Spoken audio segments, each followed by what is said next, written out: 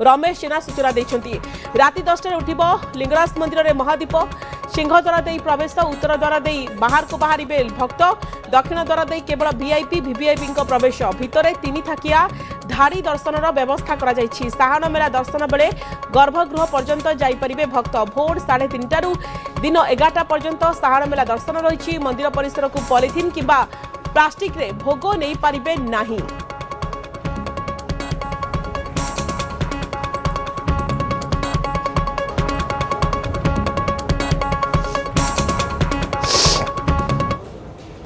समस्त निजोग सहित आम कथा देन पालिया सेवायत मान सहित कथा डिफरेंट लेवल जमी मानवर मंत्री लेवल हो, चीफ सेक्रेटरी लेवल हो, मानवर मुख्यमंत्री लेवल हो, सबू स्तर में आम व्यापक विमर्श चलू जमी भक्त मानकर सुरक्षित दर्शन आउ श्रृंखलित दर्शन हम से व्यापक पुलिस अरेंजमेंट भी करा समस्त नीति तो निर्दिष्ट समय स्थिरीकृत कराई जो आम अभी एनश्योर करुँ कि जो नीतिटा जो टाइम अच्छी से समय हम आ महादीप राति 10टा सुधा सर बोली आम स्थिरीकृत हो। धाड़ी दर्शन जो अच्छी सिंह द्वार पट देकी समस्त जाति धाड़ी होगी जीवे से जाइकी से माने भितरे आड़काठ पाखे दर्शन करेंगे जो साण दर्शन मेला हम से भी गर्भगृह को जीवार व्यवस्था भी कर दीप को बारण कर एते भक्त समागम को नजर रखिकी दीप को